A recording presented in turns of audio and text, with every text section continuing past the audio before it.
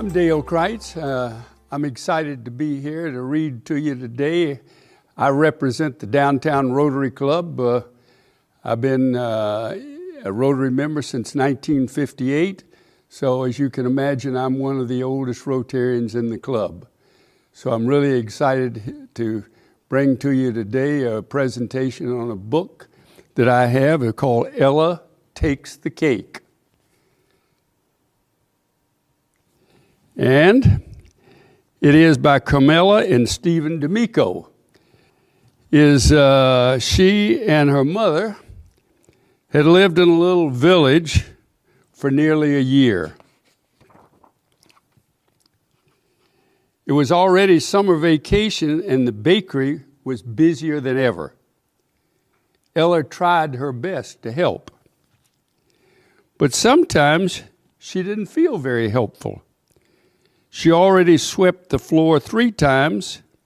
There wasn't a crumb on it. When the oven timer went off, ding! Ella thought she'd help by taking out the macaroons. No, no, no, her mother said. You might burn yourself. I like a piece of pineapple pie, said the next lady in line. I'll cut you a slice, offered Ella. No, Mother said. I will. The pie's knife is very sharp. But I want to help, said Ella. You are helping, her mother replied. When Mrs. Banjo came to pick up the day's delivery, the bakery was still very busy. Ella's mother rushed outside and called him to him, but he didn't hear.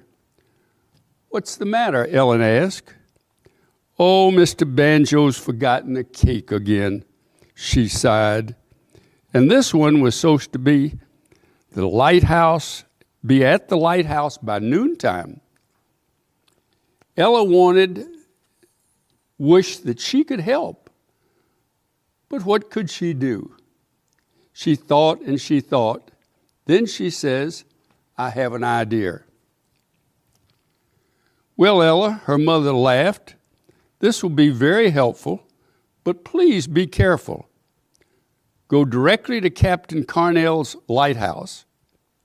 Don't worry, Ella said happily. I promise I will.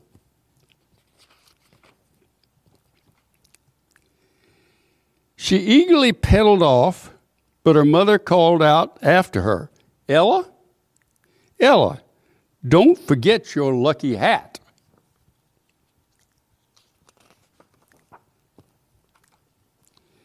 As Ella passed the fire station, she spotted Belinda sitting on a curb. Hey, shouted Belinda, can I have a ride? But there's not enough room, protested Ella. Sure there is. I'll make room, said Belinda, squeezing in. In the marketplace, they passed Miss Melba. Lila, Belinda, where are you going? We're on our way to the lighthouse to deliver the cake, Ella said. How about you? It's on my way to the hospital to deliver these fresh bananas. Well, we're headed that way, Ella said. We'd be glad to take them for you. Miss Melba beamed at her. You are so sweet. Ella, but it's such a beautiful day. I look forward to the walk. Around the next corner, they ran into Mr. Sneed. Hey, Mr. Sneed, Belinda said. Where are you taking these books? Because I could take them for you. If you want, I'd be glad to. I'm taking them to the library.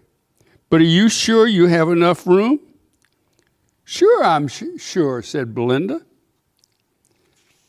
The library was not on the way, and the books were very heavy. But Mr. Steed looked so relieved that Ella couldn't object. Next stop, the library, she said. But the library is so boring, groaned Belinda.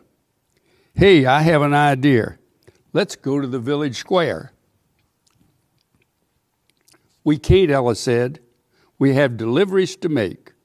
All right, Belinda shrugged. I guess I'll go alone. But I was going to ask you to push, said Ella. Well, asked Belinda, what would you have done without me? Without Belinda to help her, Ella had to pedal with all her might. Finally, she reached the library. Wobbling off her bicycle, Ella unlatched the back of the wagon. But the hill was just a little bit too steep.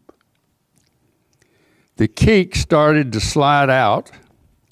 Though Ella managed to stop it just in time, thank goodness, she gasped with relief.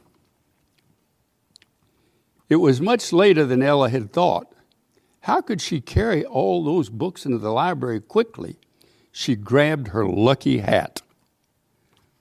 Much to her surprise, no matter how many books she put inside, there was always room for another. Ella dashed from the library just in time to see the cart break loose and go barreling down the hill. She raced after the cake, past the marketplace, and towards the water. Fortunately, the drawbridge operator had seen them coming. Clickety, clickety, clickety, he fitted the drawbridge up very quickly. But on her way, Ellen crossed paths with Mr. Banjo. Oh dear, is that the captain's cake in your wagon? He asked. I can take it from her if you'd like. Thank you, Alice said, but I would really like to finish what I've started. When at last she saw the lighthouse, she sped up, hoping she wasn't going to be late.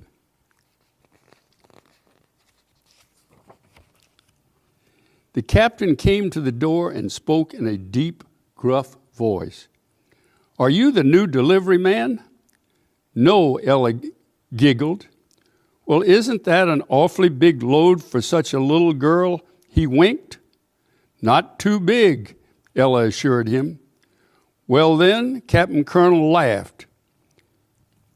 You must be bigger than you look.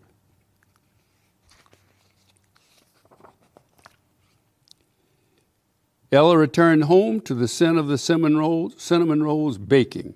How did it go, her mother asked. Fine, Ella replied.